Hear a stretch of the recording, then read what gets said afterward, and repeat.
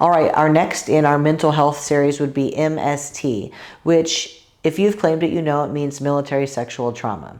Now, I'm an MST survivor, and I can tell you, like a lot of you, I waited a very long time to claim it. One, it didn't get reported well in service. Two, you think, well, I have a lot of feelings about this, and I don't really want to have to drudge all this up.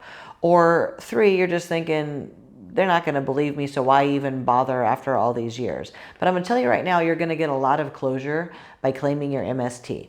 Now, if you're claiming MST and you don't have it in your service record, that doesn't necessarily mean that you are not going to get rated for it, because what they're looking for is, did your behavior change after the MST? Did you go get a pregnancy test? Did you ask for a change of job, a change of command?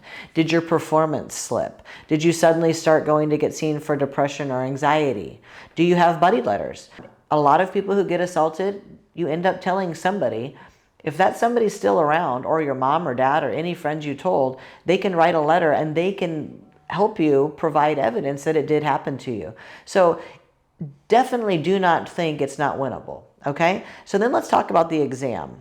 A lot of these exams get a little bit emotional, because if you've been assaulted, it's emotional. If you haven't talked about it in a long time, it can be really overwhelming, and they need to see that. So I gave the same advice in the PTSD video.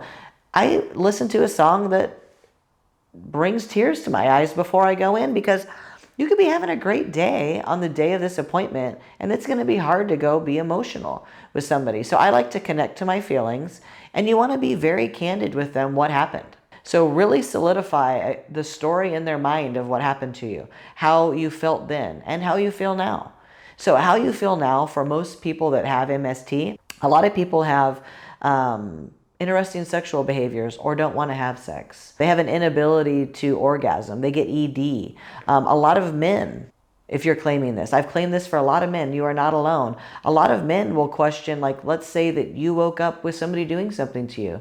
You may have all these years questioned, what was I doing that made this person think that I wanted this? And it will change your view of your own manhood and your sexuality. You know, for women, you might have a hard time dating and trusting and being open with your body with your new partner. Or you might have been married at the time and it's completely ruined your relationship with your partner. They need to know all of these things, aside from the fact that you occasionally may have anxiety about being in situations where you feel you're at risk. You may have depression when these thoughts come up. They need to know all of these things. They're also going to, again, to get you the 0, 30, 50, or 70% rating, going to ask you, do you have suicidal ideation? The criteria for suicidal ideation is you have thoughts of suicide, as simple as you're driving home and maybe I can run my car into a wall. I had cancer. I thought, if this took me maybe that would be easier. It's not, I have plans to commit suicide. So if they ask you that question, that's the difference between 50 and 70%. So if you have suicidal ideation, you could simply say, unfortunately, yes, I do. And they may ask you, what does that look like? And you can tell them what those thoughts look like for you. But the bottom line is, we have to convince them, I was assaulted in service, and through your storytelling, you should be able to do that. They should understand that it's the service's fault and that you're currently affected. Because what you don't want to do is get them to say, yeah, you have military sexual trauma, but you're unaffected.